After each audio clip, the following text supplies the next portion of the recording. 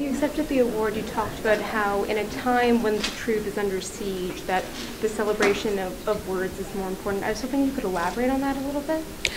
Yeah, just that, I mean, we're living in pretty fraught times now, and just stories of the marginalized it's extremely important to get those out there, and for us to be reading them and trying to imagine ourselves into other skins and not closing ourselves down.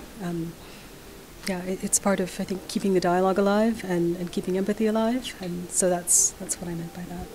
How do you think that these kinds of stories can sort of help the discourse? I think it's really hard to get outside of ourselves. Like, I really think that just in terms of, I mean, we get so caught up in our own existences and in our own worlds, and to be able to read a story about, in this case, an 11-year-old field slave in the 1830s, and to see the ways in which, you know, your lives sort of mirror his, or that you see features of yourself in him, or at least that you can, you know, feel bad for him and feel sympathy for him. Like, that is huge. And we need more of these acts of empathy, and that's what reading does. I'll spend the prize money on we have household debt, so there's that. You know, I've got an older father who needs a bit of help, so that's great. And also time to write. This is huge. I just had a young journalist come up and say that, you know, she felt that it was